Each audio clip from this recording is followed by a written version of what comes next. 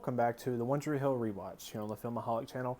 And today I'm talking about episode 703, Hold My Hand as I'm Lowered. This episode originally aired September 28th, 2009, was directed by Liz Friedlander and written by Mark Schwann, the creator of the show. Now, to me, when I think about this episode, the main thing I think about is the Dan and Rachel relationship and how this episode fills in the dots of how that relationship came to be.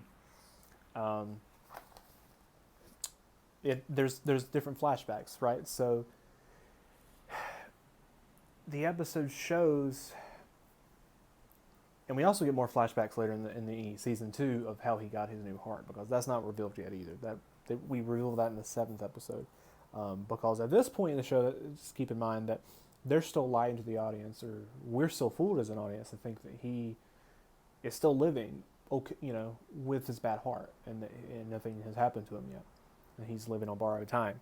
But anyways, the flashbacks shortly after season 6, he's already had that conversation with Whitey. He's pretty much thinking he's going to die, not going to get his redemption, but Whitey told him that's what he's still here for. He's got all these self-help books to try to see how he can change things, make things better with the time he has left. But he's not figuring it out, and he's pretty much just spending his time getting drunk and going to strip clubs, staying in hotel rooms, because he's got all this money and nothing else to do. And while he's at the strip club, he comes across Rachel, who has ended up there. Last time we saw her, she was stealing money from Brooke, and she had a drug addiction.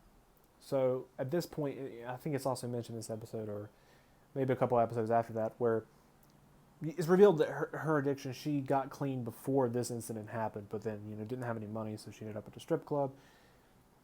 So her and Dan end up sleeping together. She recognizes him.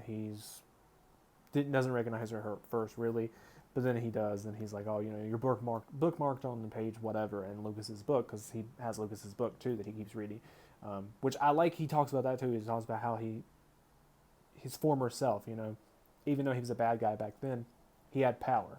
He was somebody. Now he's nothing. And she makes a comment to him. Are you still here because you're afraid you haven't left your mark on the world? And he's like, no, I have left my mark on the world. Unfortunately, he's like, I just can't seem to die. And then that's when she gets her idea. She comes up to him and is like, hey, come with me. And he's like, I can't. And then she ends up talking him into it. Which we know later, after this moment, they end up going to Mexico, where he ends up getting his heart transplant. But that's because she starts this idea in her head to do this talk show thing for him, to do this Tony Robbins idea, this redemption angle, all of this. She plans it out in her head. And I'm pretty sure that stuff to do with that book and everything is also some more dots of that's filled in with in season 9, I think. But I can't remember correctly on that. I know they visit a guy who they think could have something to do with Nathan's disappearance, but I'm curious once we get to that, like, what I'll remember about that. But yeah, that stuff happens with Rachel in this episode. Nathan and Haley, they considered what to do with Renee. She's saying she's pregnant. Nathan says, I did not sleep with this woman. Haley wants to believe him, but she seems scared. She talks to Clay. Clay thinks it's the best idea right now to pay her off. And it's good how it ends up in the show, obviously. But if it hadn't ended up like that, then Clay would have been right to pay her off at this point, because it does damage him until Dan saves the day down the line of him not getting welcomed back to the Bobcats.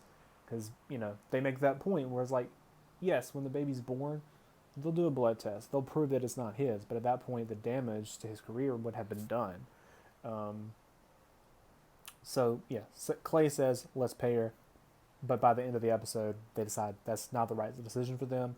And Clay tells her to go to hell, which is a great scene as well. Mouth has some problems with his new boss. I'm assuming it's his new boss. I'm not sure when it became his boss, because the guy wasn't in season 6. this guy's a jerk, very pushy, telling Mouth that he needs to go and like figure out stuff of what's going on with Nathan because he heard about the incident that happened in the last episode where there was like some sort of argument at the restaurant. But then he tries to be nice to Mouth. He's like, nothing's there, but I figured you'd be the one to want to report on it.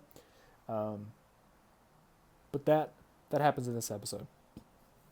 And then we still have the Mouth and Skill stuff too, right? For the last like 3 episodes now, they have been going at each other, trying to get one another to cave on this whole Mouth wants Skills to move out. And they end up coming to an agreement and work things out in this episode that Skills isn't ready to move out and all this, and Mouth's okay with that.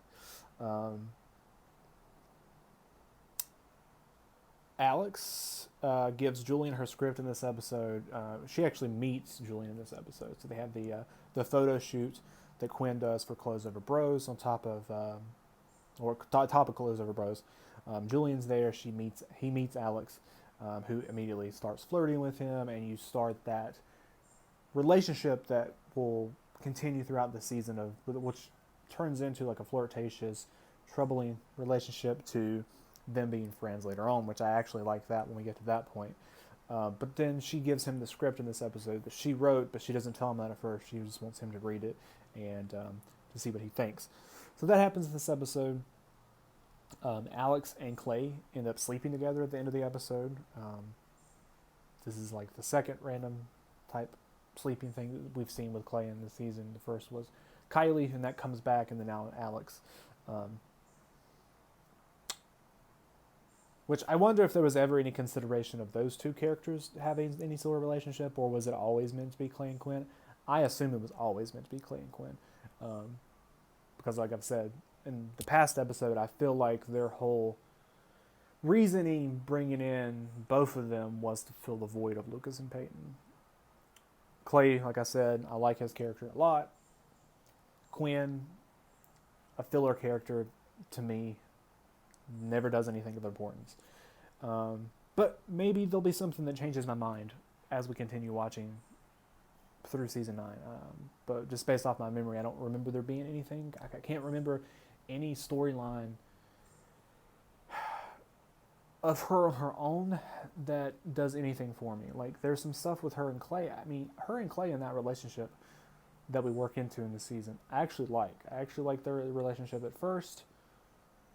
The stuff they go through at the end of the season, beginning of season 8 is nice. It gets really ridiculous and sloppy in season 8, but that's the season in general, I think. And then in season 9, she is very supportive of Clay in that storyline. But once again, like, there's nothing really for her. I don't know. They really could have done a lot with her, and especially focus more on her and not some of the other side characters that you kept bringing back. Like Mia got brought back in the last episode. I like Mia, and I'm glad they kept bringing her back. Her character works for me, and I also loved her music. But her relationship with Chase, couldn't care less. The character Chase in general is not really a character. Like, you had him in season 4, which he didn't work for me in season 4. Didn't like it in that. But you had him in season 4. I was fine with you bringing him back for that episode in season 5. I thought that worked.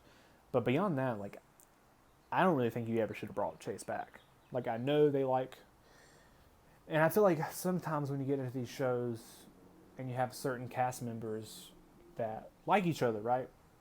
Like, they like Steven. They kept bringing him back because they liked him. And that's great.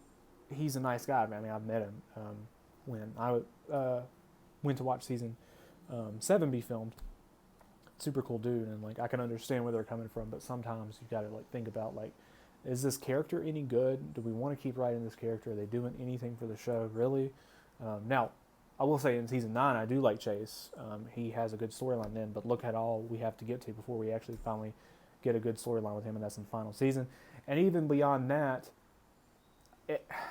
I might feel differently, but like, looking at some of the stuff that happens in season 9 with him and Chris Keller, which I don't mind that friendship. There's some creepy stuff with him, like spying on girls, I feel like, in the series finale and stuff. And it's like, I don't know, like, but that goes back to the writing too, and not. I don't want to go in too much into that because we know the underlining creepiness of Mark Schwann. But a couple things happen at the end of this episode too. So one is David shows up to talk to Quinn at Trick, and he's like, it's like an awkward typed filmed scene too. Like, it didn't work for me. She's sitting there at the bar. He walks over like chewing on a toothpick or something. And I'm like, who is this guy? Not in like a I'm interested type way. Like, what is happening? Which turns out to be David and your husband. And then the scene ends. And in the next episode, when we continue more of their relationship,